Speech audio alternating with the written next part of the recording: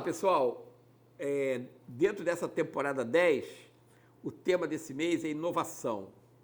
E nós hoje trouxemos uma pessoa especial para falar sobre isso. É uma pessoa que vive a inovação no dia a dia, porque trabalha na área de tecnologia, atendendo demandas de empresários, de necessidades de soluções inovativas para o seu negócio, né?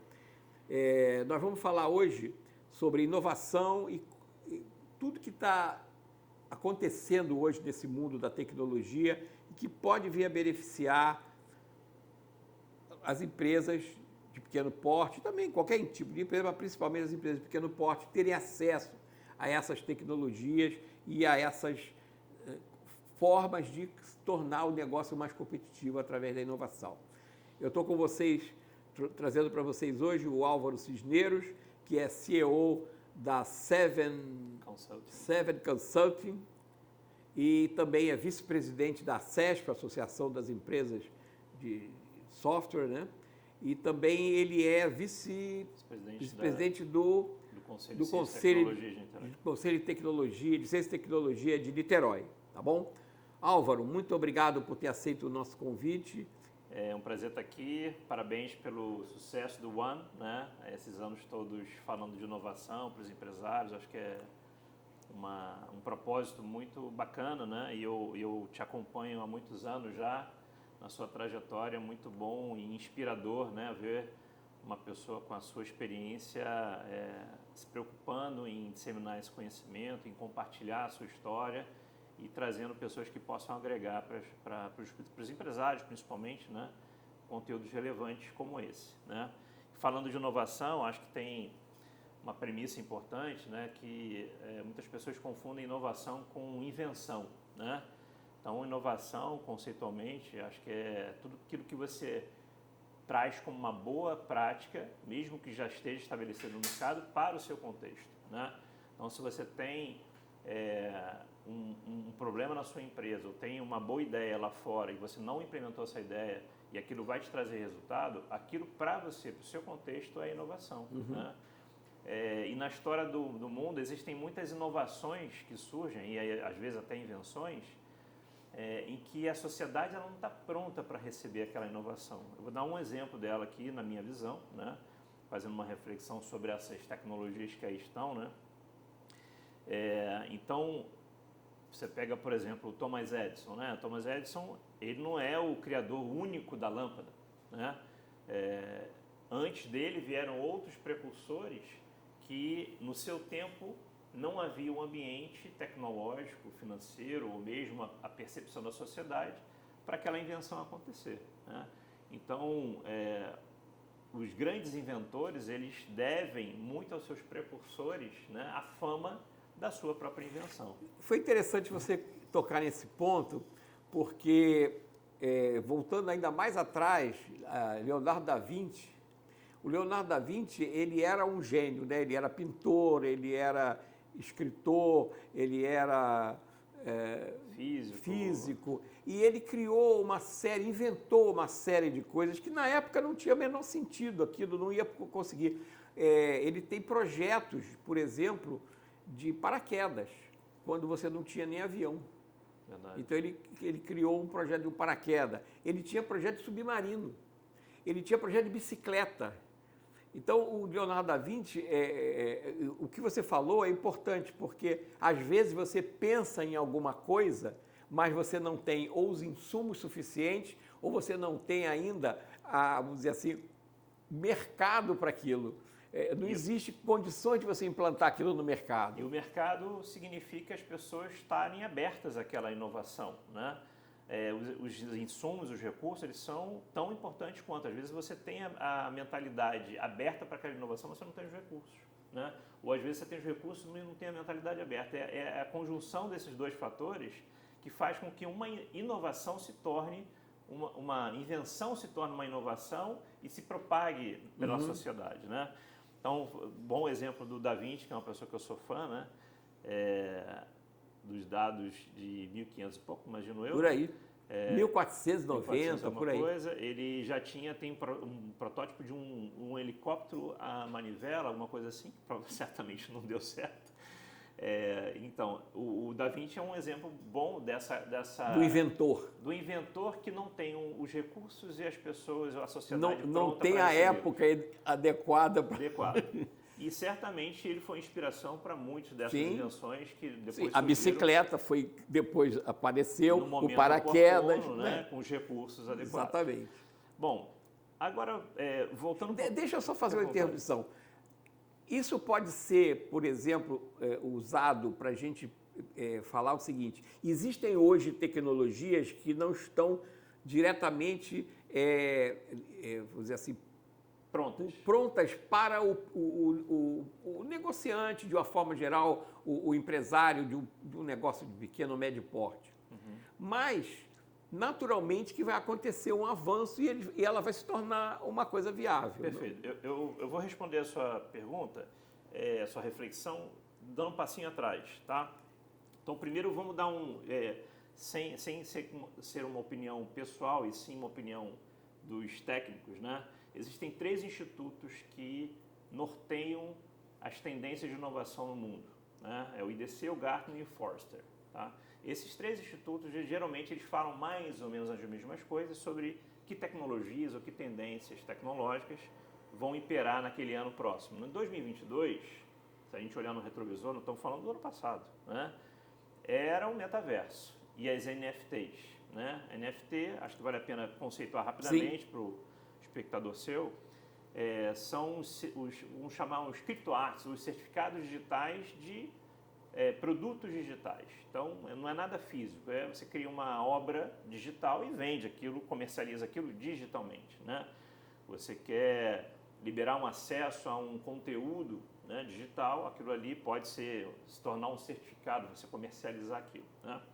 Então, as NFTs são isso, ou seja, imagina-se que muita arte ou muitas obras poderão ser comercializadas no mundo paralelo, no mundo 100% digital. Hoje existem artistas que só fazem produções, pinturas e o que quer que seja digitalmente. Pinta um quadro para mim fisicamente. Não, eu não pinto quadro fisicamente, eu só pinto digitalmente, né?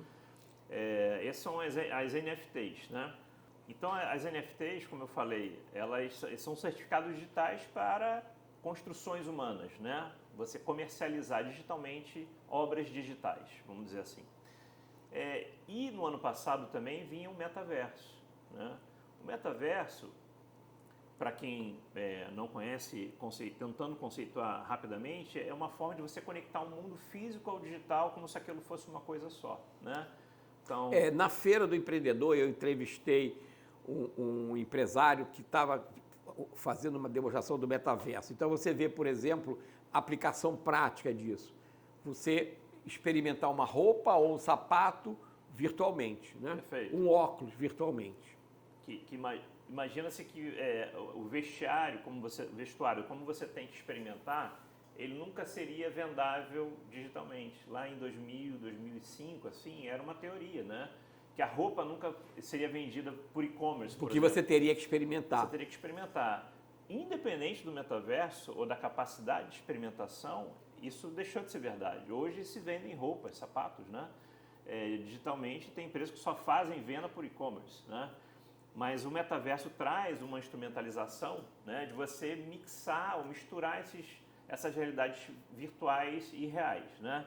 Então você pode, por exemplo, ir numa loja física e comprar o vestuário do seu avatar, por exemplo. Eu vou criar um avatar que ele vai participar das reuniões, ele vai participar de congressos, né?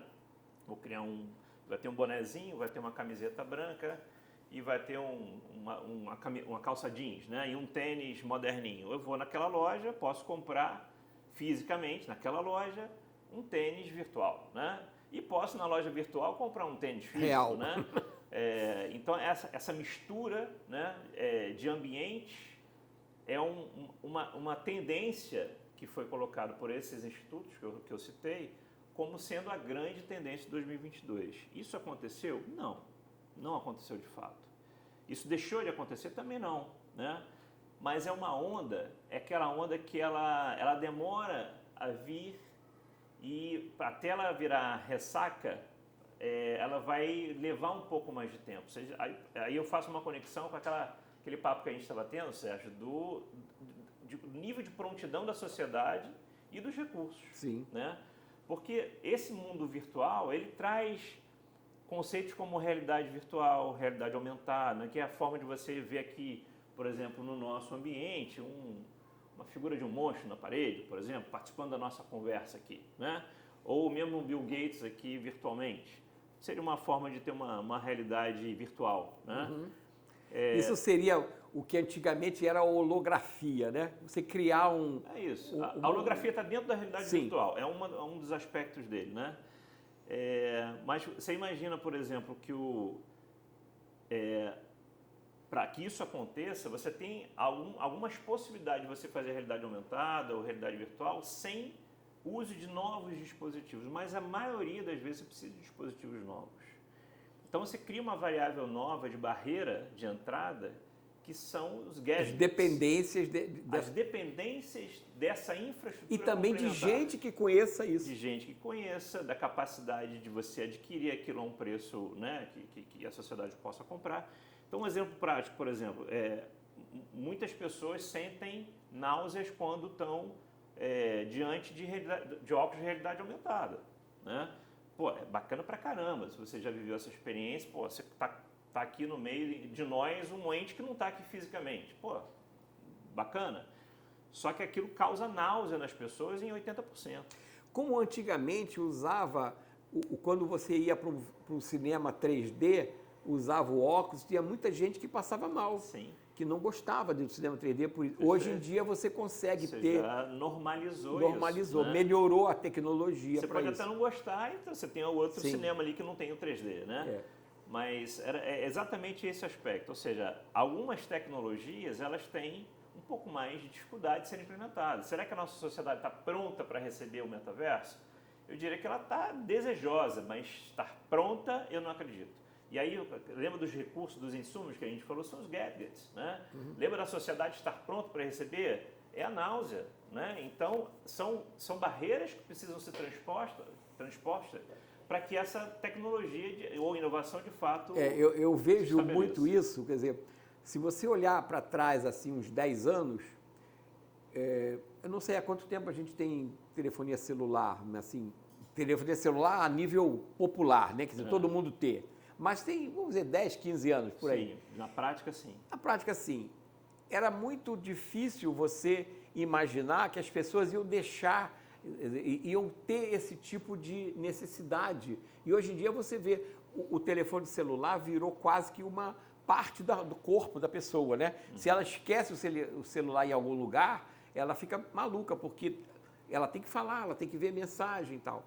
E a primeira vez interessante que eu ouvi falar num telefone celular, e olha que eu trabalhei em telefonia, né? Eu trabalhei na antiga Telerge, né? Uhum. E participei do início do telefone celular aqui.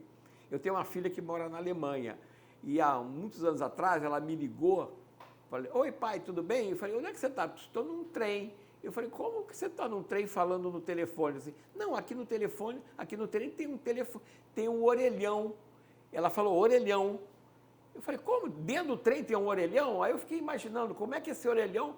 E já era a tecnologia do celular, dentro de um trem você tinha um telefone para o pessoal falar. As pessoas não tinham telefone celular, mas no trem tinha um orelhão celular. Legal. Álvaro, eu acho que a gente está estendendo esse vídeo e vamos fazer o seguinte, vamos dar uma linha de corte aí. A gente falou desde Leonardo da Vinci até o ano passado, né? Perfeito. Então, isso aí... Até 2022, né? Até 2022. E vamos fazer agora, daqui para frente, é isso que você está falando aí, a gente vai colocar num outro vídeo. Ótimo. Tá bom? Vamos fazer assim. Mas o teu cachê é o mesmo. Bom, pessoal, se vocês gostaram aí do papo, coloque aí um like e recomende esse vídeo para o seu amigo que tem um negócio e que está pensando que a tecnologia vai ser um problema para ele. E eu vou pedir ao Álvaro para deixar aqui também os pontos de contato dele, né? Que se alguém quiser ter um contato direto com o Álvaro, fique à vontade. Quem quiser me procurar, é só botá-lo no Instagram, @AlvaroCisneiros. Vai me achar. Cisneiros é com Y. CYS Cisneiros. Vai ser um prazer falar com vocês.